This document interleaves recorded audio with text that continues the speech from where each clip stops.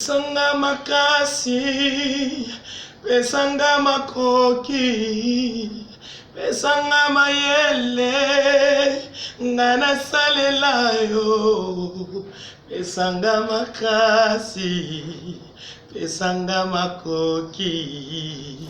Chaque mercredi bien aimé, à partir il y a 21h, na ba rediffusion est belé na chaîne Nabiso ya Kitoko PSK.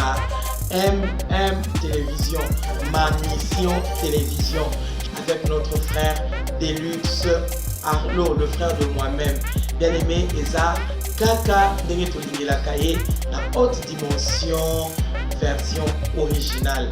Chaque mercredi à 21h, na chaîne Nabiso SK MM Télévision, ma mission télévision. Votre mission, bien aimé, ma mission télévision. Chaque mercredi, na 21h, tola nango, ebele, bisope, tozana kine longo, na version originale, ya haute dimension. Kola pambola bino, na kombo na Yesu.